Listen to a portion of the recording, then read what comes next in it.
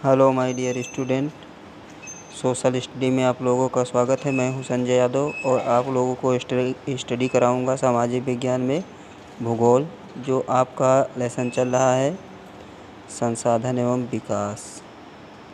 ठीक, और इसमें जो आपके जो वीडियो हुए थे 3, उसके बाद ये चौथा वीडियो है आप लोगों का। तो वनों की कटाई के परिणाम क्या होते हैं। ठीक, तो वनों की कटाई से बाढ़, सूखा, अकाल आदि जैसी स्थिति उत्पन्न हो जाती है, जिससे देश आर्थिक दृष्टि से पीछे चला जाता है। तो जब आर्थिक दृष्टि से पीछे चला जाता है तो उससे क्या होता है, देश में भुखमरी आ जाती है और कई तरह के अपराध देश में होने लगते हैं, करप्शन होने लगता है। और उसके बाद क्या होता है, तो इसलिए हमें अधिक से अधिक पेड़ लगाने चाहिए और पेड़ों को काटना नहीं चाहिए। ठीक, क्योंकि जब पेड़ होंगे तभी हमको ऑक्सीजन मिलेगी और ऑक्सीजन मिलेगी तभी हम जीवित रह सकते हैं। तो उसके बाद क्या हो अगला जो पॉइंट है आपका, हेडिंग है भारत में वन और वन्यजीव संरक्षण।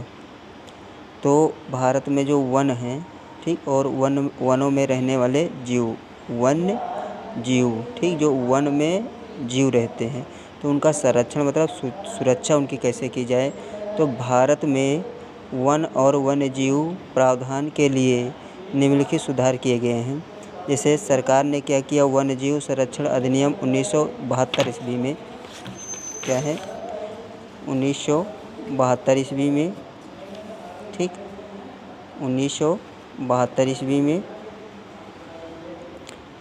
72 में आवास संरक्षण का प्रावधान किया। ठीक, पशुओं के लिए, उनके लिए आवास बनाए जाएं, ठीक, उद्यान बनाए जाएं, यही कार्य सरकार ने किया। दूसरा पॉइंट है संकटग्रस्त जातियाँ। जो जातियाँ क्या होती हैं, संकटग्रस्त होती हैं, जो क्या होते हैं, लुप्त होने के कगार पर हैं, उन्हें संकटग्रस्त जातियाँ कहा जाता है। तो उनको बचाने के लिए सरकार ने शिकार पर रोक लगा दी। ठीक, समझ में आया। उसके बाद क्या है, अगला पॉइंट आपका आ जाता है तीसरा, सरकार ने उद्यान और पशु विहार स्थापित किए गए। ठीक, पशु विहार स्थापित किए गए पशुओं की सुरक्षा के लिए और उनको बचाव के लिए। उसके बाद सरकार ने क्या किया, संरक्षण सरकार ने क्या कीटों का भी संरक्षण किया। ठीक, जैसे जो कीट पतंगे होते हैं, जैसे आपकी तितली है और क्या है ड्रैगन फ्लाई जो आप लोगों को जानते होंगे, जो तितुल उड़ा करते हैं। ठीक, जिसे देसी भाषा में क्या कहा जाता है, तिल कहा जाता है। ठीक, जो बारिश के समय उड़ने लगते हैं। अब उसके बाद क्या होता है, अगले पेज पे हम लोग चलते हैं। ठीक,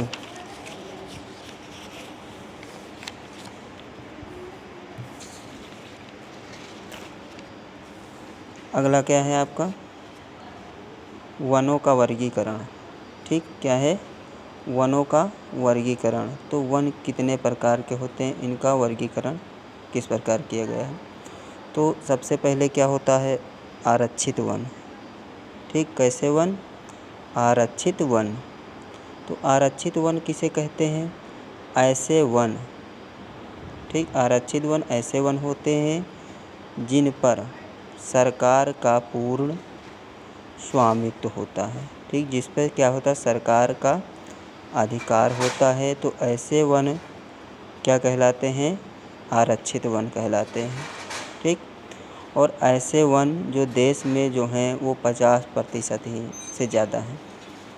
ठीक, जो कहाँ पाए जाते हैं, मध्य प्रदेश में और पश्चिम बंगाल, केरल, महाराष्ट्र राज्यों में पाए जाते हैं। ठीक, इस तरह से के जो वन, तो आरक्षित वन किसे कहते हैं, ऐसे वन जिस पर क्या हो, सरकार का स्वामित्व हो। ठीक, समझ गए ना, ऐसे वन जिस पे सरकार का स्वामित्व हो, तो ऐसे वनों को क्या कहते हैं, आरक्षित वन। ठीक, और कहाँ पाए जाते हैं, पश्चिम बंगाल और केरल में। दूसरा आपका आ जाता है दूसरी हेडिंग आ जाती है आपकी रक्षित वन। तो ऐसे वन जो आगे चलकर नष्ट ना हो, ठीक, और इनकी सुरक्षा की जाए। तो ऐसे वनों को क्या कहा जाता है? रक्षित वन कहा जाता है, ठीक। इनको आगे चलकर बचाना है तो ऐसे वनों को क्या कहा जाता है? रक्षित वन कहते हैं। इनका जो है 1/3% भाग पाया जाता है देश में। और ये किन किन राज्यों में हैं ऐसे वन? पंजाब है, हरियाणा है, हिमाचल प्रदेश है, ठीक। तो इन्हीं भागों में पाए जाते हैं ये क्या है? रक्षित वन।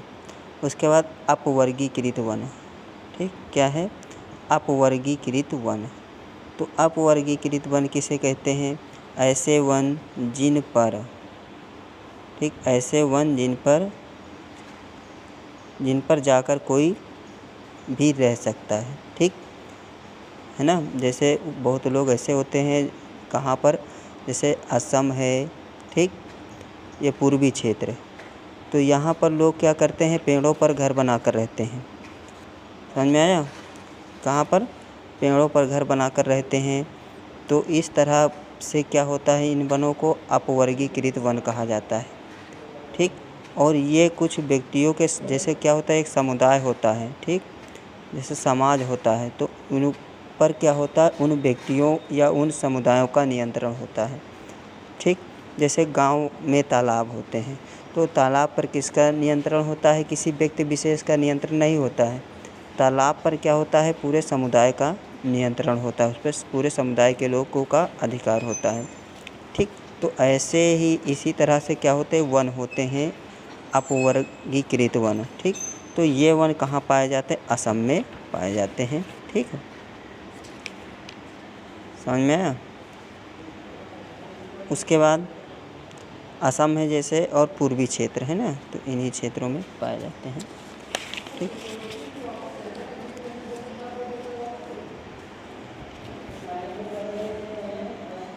उसके बाद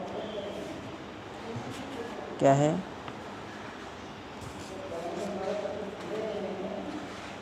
आज ये कुछ हवा चल रही है तो इसलिए वीडियो कम सही आए होंगे आप लोगों के लिए।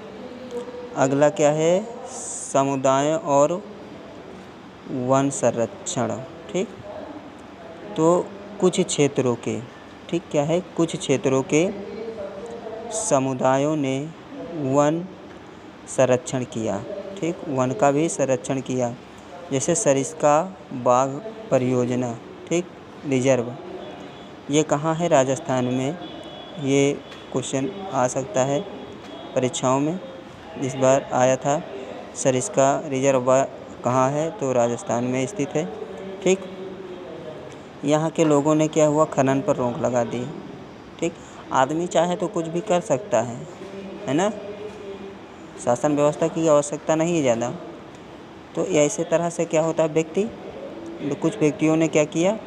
खनन पर रोक लगा दी, ठीक। और उसी तरह से क्या हुआ? जैसे अलवर में क्या किया? 5 लोगों, ठीक, 5 गाँव के लोगों ने मिलकर के भैंसदेह, ठीक, सेंचुरी कानून बनाया, जिसने क्या किया? लोगों ने शिकार पर पाबंदी लगा दी, ठीक।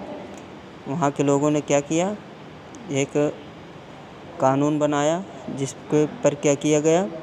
वो सेंचुरी कानून के नाम से जाना जाता है, भैंसदेह सेंचुरी कानून, ठीक। भैरवदेह सेंचुरी के नाम से जाना जाता है और उन्होंने पाबंदी लगा दी वहाँ पर, ठीक। उसके बाद कुछ लोगों ने मिलकर चिपको आंदोलन चलाया, जहाँ पर क्या करते थे लोग? विनोबा भावे ने चलाया था इस आंदोलन को। और उन लोग क्या करते थे? जब लोग पेड़ को काटने जाते थे तो उससे पेड़ से चिपक जाते थे, ठीक। तो चिपक जाते थे तो पेड़ को काटने नहीं देते थे, इसलिए इसको चिपको आंदोलन कहा गया, ठीक। फिर उसके बाद क्या होता है? बीज बचाओ आंदोलन, ठीक। तो ये टिहरी के लोगों ने किया, ठीक। उन्होंने बताया कि क्या है? ज़्यादा से ज़्यादा हमको रासायनिक खादों का प्रयोग न करना चाहिए, बाकी ऐसे खादों का प्रयोग करना चाहिए जो हमारी बीजों को बचा सके, ठीक। जैसे क्या होता है? कंपोस्ट खाद, है ना। तो ऐसे खादों का इस्तेमाल हमें करना चाहिए, जिससे क्या हो, बीज बच सके।